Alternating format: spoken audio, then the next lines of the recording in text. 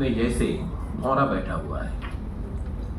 अथवा कैथो शालिग्राम रूपे के अर्घा धरे, अथवा चांदी के अर्घे में शालिग्राम रखे हुए। आप सोचिए कि इतने कवि, तुलसीदास का भी ध्यान इधर नहीं गया। बहुत सारे बड़े कवियों ने आंखों का वर्णन किया और तुलसी की उपमाएं तो अद्भुत हैं। जब जहाँ फिदा होते हैं जिस पर उस पर टूट पड़ते हैं, अद्भुत कल्पना कर लेते हैं। रहीम का ये दुआ मुझे बहुत अच्छा लगा।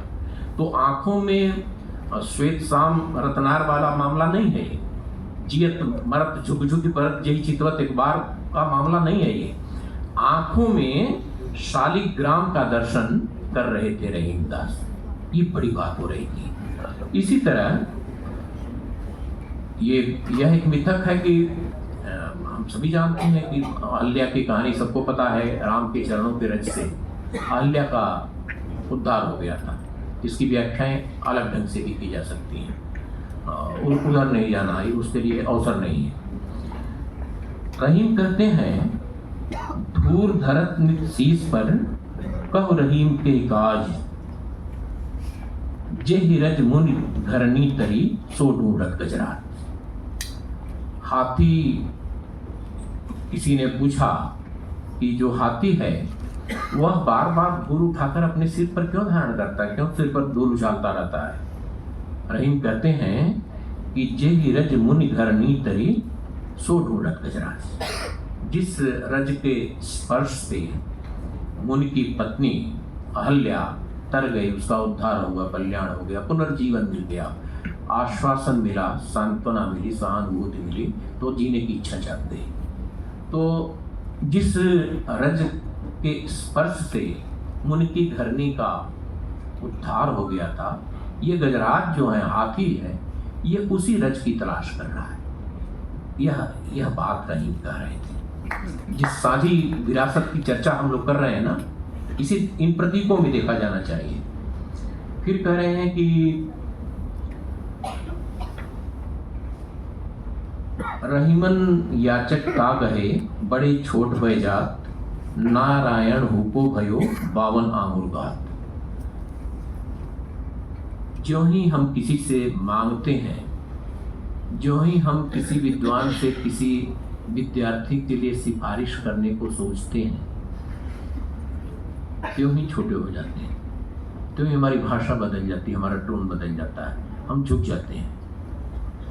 ये याचकता जहाँ आती है वहाँ हम बहुत छोटे हो जाते हैं। ये हम लोगों के जीवन का सच है। तो रहीमन याचकता धरे गहे बड़े छोट हुए जात, नारायण हुको भयो 52 आंगुर गात। ये जो उदाहरण वो उपमा देते हैं ना, ये महत्वपूर्ण है। बात जीवन की करते हैं, समाज की करते हैं, और उपमा जो देते हैं वो उपमा कहीं से बड़ा उदाहरण है। तो जब याचकता धारण की विष्णु ने तो 52 अंगुल के हो गए, शरीर छोटा हो गया। तो इसी प्रकार उनका दोहा है। तानसेन के बारे में हम सभी जानते हैं। तानसेन के नाम पर तमाम विश्वविद्यालय हैं। तानसेन संगीत के मर्मज्ञ, ज्ञाता, विद्वान और तमाम सारी उपाधियों से विभूषित हैं। कहा कि विधना यह जिए जान के, शेषह दिए न कान, धरा मेरु सब डोली हैं तानसेन के तान। देखिए कहाँ से उठाते हैं यह कहा जाता है कि सांपों को सुनाई नहीं पड़ता है, वो चक्षुश्रवा होते हैं, वो धमक से सुन जाते हैं, समझ जाते हैं। शेषनाग को कान नहीं है। कान क्यों नहीं है?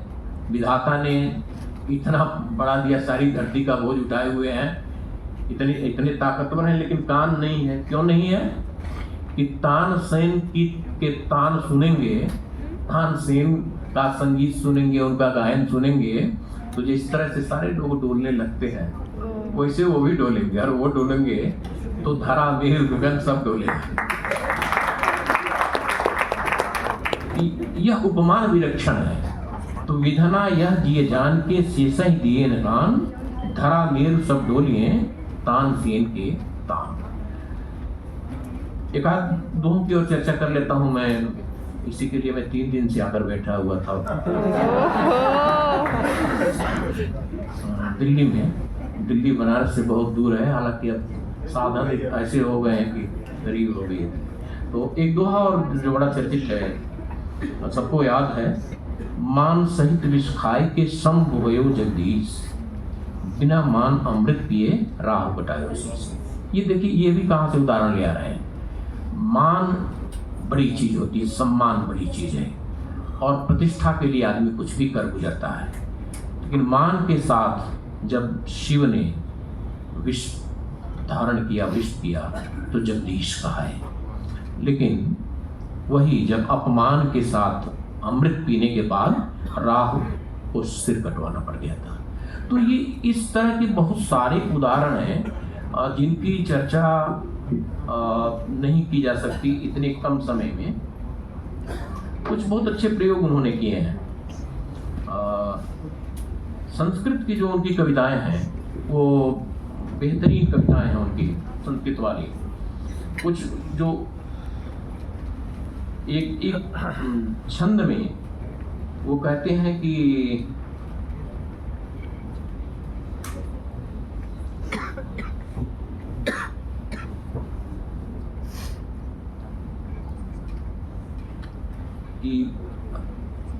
कृष्ण से कहते हैं कि राधा ने, आपको मैं क्या दूं, राधा ने आपका मन चुरा लिया है, आपके पास मन ही नहीं है, तो मैं अब इससे ज्यादा क्या दे सकता हूं कि मैं आपको अपना मन दे दूं। उसके बदले में मैं आपको अपना मन दे रहा हूं।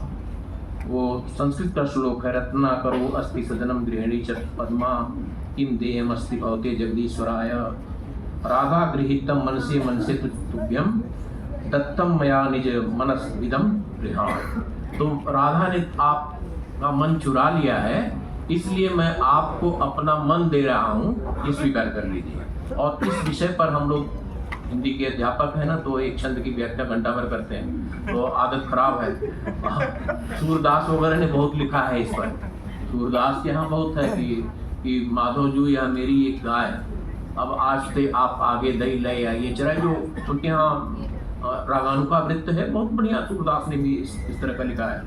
तो कृष्ण के प्रति जो समर्पण है उनकी कविताओं में बहुत ज़्यादा है।